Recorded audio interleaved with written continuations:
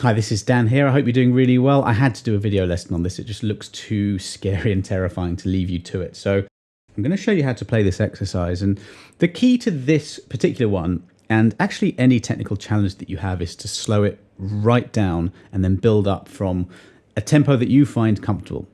So I'm going to demo this at 80 beats per minute when I do kick the metronome in. But I think one good thing to do with it is to play without a metronome and just get your brain into gear without having to add another pressure in, which is the metronome. And when you do play with a metronome, don't worry too much if you struggle with it and if you don't sound very good with it at the beginning, because it does take a bit of perseverance. So that's the first thing to say, is that. But this exercise is based around an A major pattern. In fact, it's only based around the first few notes. Fret 5, 7 on the E and 4, 5, 7 on the A string. So without the metronome, we have 8th notes and 16th notes on the first line.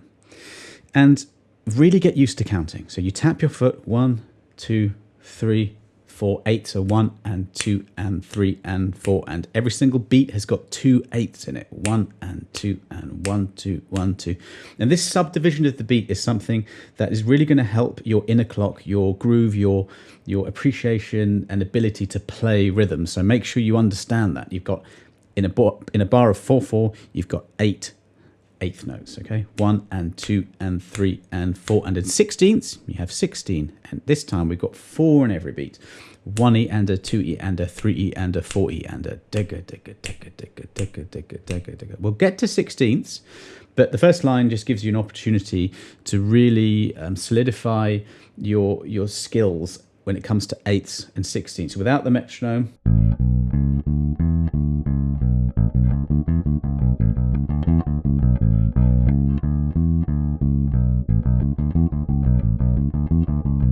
I'm using strict alternate plucking for this. With the metronome, which is at 80 beats per minute, 2, 2, 3, 4.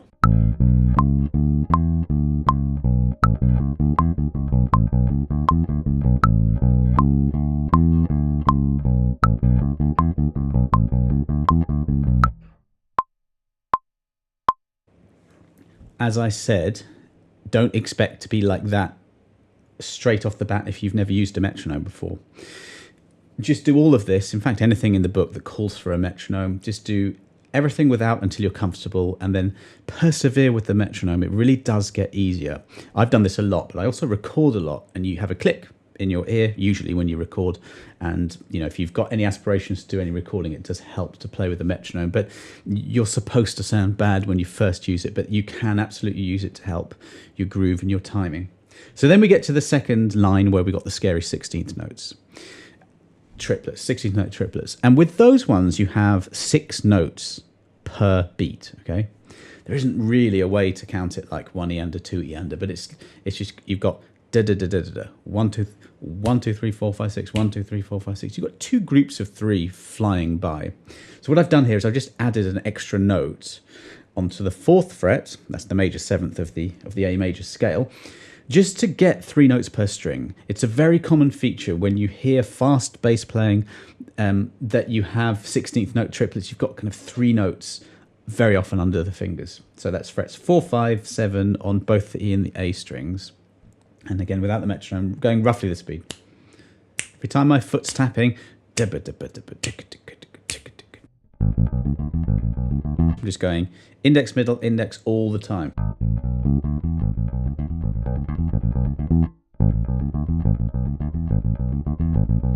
So the line goes.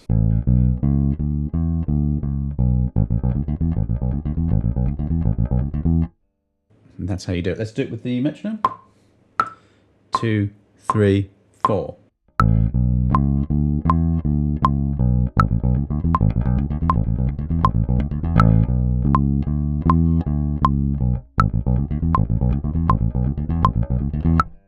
You'll notice the first time round I was all over the place. The second time round I got a bit more in time. That's fine, that's practice, that's what happens. But if you do this over and over and over again, at the tempo that you find is comfortable, and you build up from there, then you'll find that your timing will get better, your understanding of rhythms and your groove will also improve. There's a repeat there, so you go back to the beginning. There's a parallel here with interval training in running, where you do little periods of very slow and then sprint and then slow and sprint. And it's a good way to build stamina and strength and accuracy. So this is a good exercise for that. Hopefully now you're a little less scared of 16th note triplets. I know when I first saw them, I just wanted to give up because it just looked scary. But then I realized actually it's not too bad. You can even, and this isn't notated, you can even use hammer-ons and pull-offs to create a legato, kind of, which we've seen in the book. So instead of plucking everything, you can do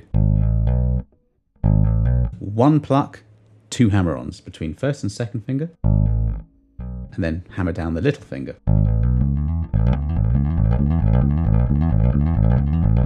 I can't pick that fast. Or at least it's very sloppy. So you do hear that a lot, that kind of idea.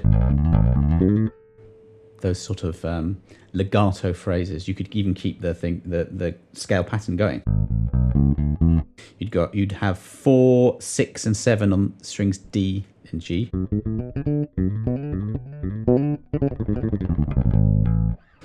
So that's 16th note triplet. So use this exercise to build up your accuracy, your stamina, your groove. Start at a very slow tempo, even without a metronome to start with, and then just build up slowly and see how you get on with it.